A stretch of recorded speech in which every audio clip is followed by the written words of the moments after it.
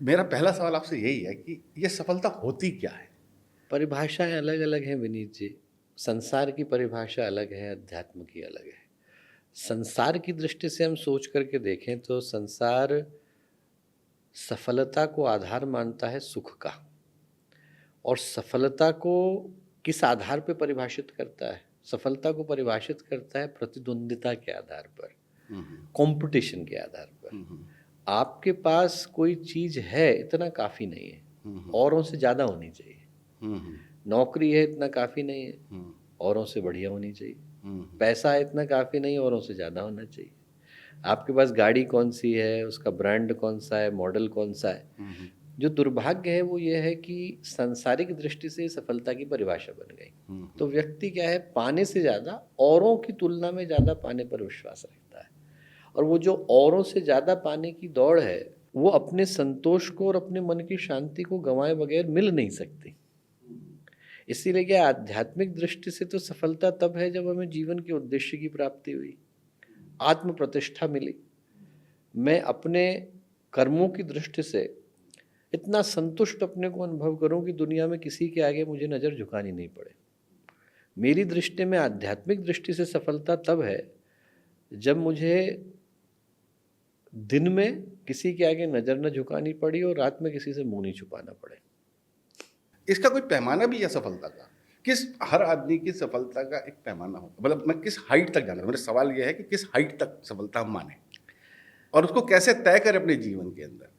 आज के युवाओं का जो एक सपना है, जो ज़्यादातर मैंने महसूस किया है, मैं जैसे लोगों से बात करता हूँ, हमारे पास भी काफ़ी युवा लोग आते हैं और बात करते हैं, हमारे पास इंस्टीट्यूट से भी लोग आते हैं।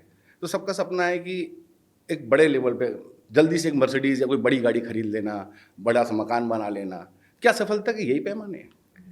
आध्यात्मिक दृष्टि से तो निश्चित रूप से नहीं है, पर यदि चलिए संसार की सफलता की हम लोग एक विवेचना करके देखें, उसी की एनालिसिस करके देखें, जिनको मिल गया क्या वो सुखी? यदि व्यक्ति से हम ये पूछ करके देखें कि चलिए ठीक है, इसी दौड़ में व्यक्ति लगा है, हुँ, तो एक तो उस दौड़ का कोई अंत नहीं है। हुँ, इस दौड़ में हमेशा कोई ना कोई तो आपसे आगे चल ही रहा है। पुराणों में कथा आती है कि जब भरत ने, वो भरत नहीं जिनने भारत की स्थापना करी, दूसरे मनवंतर के भरत हुए।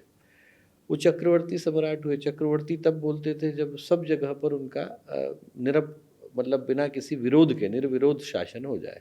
तो या तो आपका स्वयं हो, जैसे हम लोग एयरलाइंस में बोलते हैं कोड शेयर, तो या तो आपकी खुद की फ्लाइट चल रही हो या आप किसी के साथ कोड शेयर में चला रहे हो। तो या तो व्यक्ति ने खुद ही कब्जा कर रखा हो या जिनके साथ है उनके साथ संधि कर रखी हो। तो फिर उसको आप ऐतिहासिक दृष्टि से चक्रवर्ती बोलते हैं।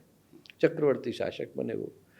उनने पूछा देवर्षि नारद से कि अब इतने बड़े पद को मैंने प्राप्त किया, कहीं तो मैं अपना नाम अंकन कर सकता हूँगा, जहाँ पर मैं लिख सकूँ कि मैं चक्रवर्ती सम्राट भरत इस समय से इस समय तक धरती पर हुए थे। तो नारद हँसे, बोले धरती पर तो नहीं है, पर इस दूसरे लोक पर जाओ, वहाँ एक पर्वत है, पर्वत पे चक्रवर्ती शासकों ने अपना नाम लिखा हुआ है। हुँ, हुँ। तो हिमालय से 3 गुना ऊँचा पर्वत, वहाँ भारत गए और वहाँ गए तो उनकी आँखें फटी की फटी रह गईं। उनने देखा कि उसके इंच-इंच पर लोगों के नाम लिखे हुए हैं।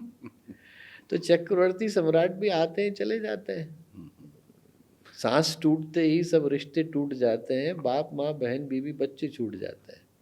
वो कोई-सी भी दौड़ हो, हुँ, चिता के पार तो लेके जाती नहीं। हुँ, तो जो महत्वपूर्ण प्रश्न है, मैं हुँ, क्या ये नहीं कहता हूँ कि व्यक्ति को इनको अर्जित नहीं करने की आवश्यकता है। हुँ, हुँ। इनको जीवन की परिभाषा नहीं बनाने की आवश्यकता है। लाइफ़ के अंदर करियर हो, करियर के अंदर लाइफ़ हो, ज़रूरी नहीं।